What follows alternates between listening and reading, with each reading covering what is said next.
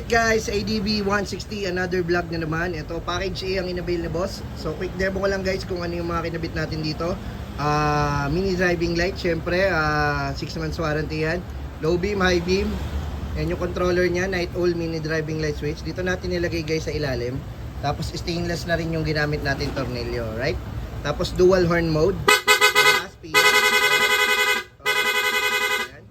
Switch mode guys, stop horn. Alright, passing light, low beam, high beam, nagpa-passing. So may mga gusto ganitong setup guys, wish nyo lang at an Indothai Concept. Number 9, Sipil Garcia Avenue, UP Diliman, Quezon City. Mga ginamit natin, syempre stainless na yung mga tornilyo, even nuts and bolts.